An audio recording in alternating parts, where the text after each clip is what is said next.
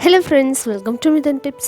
இன்றைக்கி நம்ம குழம்பு வைக்க டைம் இல்லாத போது என்ன சமைக்கிறதுன்னு தெரியாது இல்லையா. சீக்கிரமாக செய்யணும் ஆனால் டேஸ்டியாகவும் இருக்கணும் அப்படிங்கிற மாதிரியான சுச்சுவேஷன்ஸ் கண்டிப்பாக வரும்.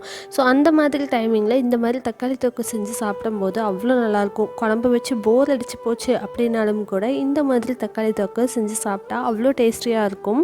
சுட சுட சாதத்துக்கு இந்த தக்காளி தொக்கு வித் அப்பளம் இந்த மாதிரி சைடிஷாக வச்சு சாப்பிடும்போது டேஸ்டியாக இருக்கும். ஸோ வாங்க எப்படி செய்யலான்னு பார்க்கலாம். இப்போ ஒரு வாணலியில் கொஞ்சமாக எண்ணெய் விட்டுக்கலாம். எண்ணெய் சூடானதுக்கப்புறமா ஒரு 1/2 டீஸ்பூன் கடுகு, 1/2 டீஸ்பூன் சோம்பு சேர்த்திக்கலாம்.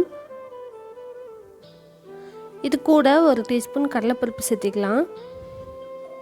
இது எல்லாம் நல்லா பொரிஞ்சு வந்ததுக்கப்புறமா ஒரு கொத்து கருவேப்பிலை சேர்த்திட்டு ஒரு 3 கைப்பிடி அளவுக்கு பொடியை நறுக்குன வெங்காயத்தை சேர்த்திக்கலாம். பெரிய வெங்காயம் இதை ஒரு 3 கை அளவுக்கு வெங்காயம் சேர்த்திக்கோங்க.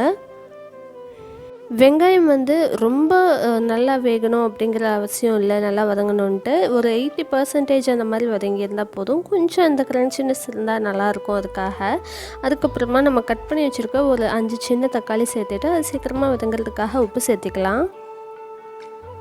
தக்காளி நல்லா மசிஞ்சு வந்ததுக்கப்புறமா இதில் மசாலா தூள் எல்லாம் சேர்த்திக்கலாம். இந்தளவுக்கு நல்லா சாஃப்டாக குக்காக இருக்கணும். அதுக்கப்புறம் 1/4 டீஸ்பூன் மஞ்சள் தூள், 2 டீஸ்பூன் நல்லா குழம்பு மிளகாய் தூள் சேர்த்திக்கலாம். காரம் இன்னுமே கூட அதிகமாக இருந்தால் நல்லாயிருக்கும்.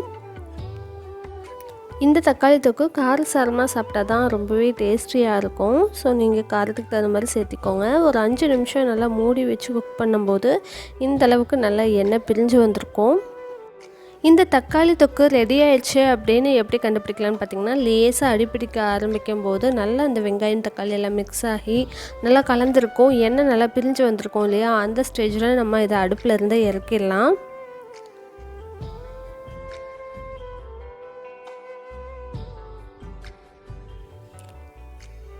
ஸோ இந்த டேஸ்டியான ரெசிப்பியை நீங்களும் உங்கள் வீட்டில் ட்ரை பண்ணி பாருங்கள். நான் எப்போவும் இதுக்கு சைடிஷாக பார்த்திங்கன்னா வீட்டில் அப்பளம் அல்லது வடகம் இருந்துச்சுன்னா பொரிச்சு எடுத்துக்குவேன். சாப்பாட்டு வடகம் இருந்துச்சு அப்படின்னாலும் இதுக்கு டேஸ்டியாக இருக்கும்.